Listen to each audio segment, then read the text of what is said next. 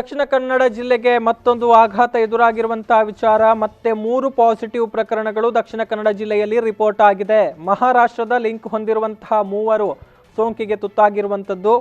ಮುಂಬೈನಿಂದ ಬಂದು quarantine ಆಗಿದ್ದಂತಹ 3ರಿಗೆ corona positive ಇರುವಂತಹ ವಿಚಾರ ಈಗಾಗಲೇ ರಿಲೀಸ್ ಆಗಿರುವಂತಹ ಹೆಲ್ತ್ ಬುಲೆಟಿನ್ ಮೂಲಕ ತಿಳಿದು ಬರ್ತಾ ಇದೆ. ದಕ್ಷಿಣ ಕನ್ನಡ ಜಿಲ್ಲೆಯ ಬೆಳ್ತಂಗಡಿ ಮೂಲದವರು 3 ಕೂಡ.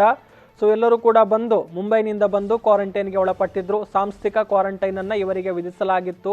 ಸೊ ಕ್ವಾರಂಟೈನ್ ಸೆಂಟರ್ಗಳಲ್ಲಿ ಇವರು ಆಶ್ರಯವನ್ನು ಪಡೆದಿದ್ರು. ಈ ಪೈಕಿ 55 ವರ್ಷದ ಪುರುಷ, 30 ವರ್ಷದ ಯುವಕ ಮತ್ತು 25 ವರ್ಷದ ಯುವಕರು ಎಲ್ಲರೂ ಕೂಡ ಪುರುಷರೇ. ಸೊ 3 ಸೋಂಕಿಗೆ ತುತ್ತಾಗಿರುವಂತಹ ವಿಚಾರಗಳು ದಕ್ಷಿಣ ಕನ್ನಡ ಜಿಲ್ಲೆಗೆ ಸಂಬಂಧಪಟ್ಟ ಹಾಗೆ. ಮುಂಬೈ ಮತ್ತು ಪೂನಾದಿಂದ ಬಂದಿದ್ರು. ಮಹಾರಾಷ್ಟ್ರದ ಲಿಂಕ್ ಅಲ್ಲಿ ವಿವಿಧ ಉದ್ಯೋಗವನ್ನು ನಿರ್ವಹಣೆ ಮಾಡುವಂಥ ನಿಟ್ಟಿನಲ್ಲಿ ಅಲ್ಲಿಗೆ ತೆರಳಿದ್ದ ಈ 3 ಕೂಡ ಈಗ ಲಾಕ್ಡೌನ್ ತೆರವಾದ ಬಳಿಕ ಏನು ಹೊರ ರಾಜ್ಯಗಳಿಂದ ಬರುವಂಥ ಅವಕಾಶಗಳನ್ನು ಕೊಡಲಾಗಿತ್ತು.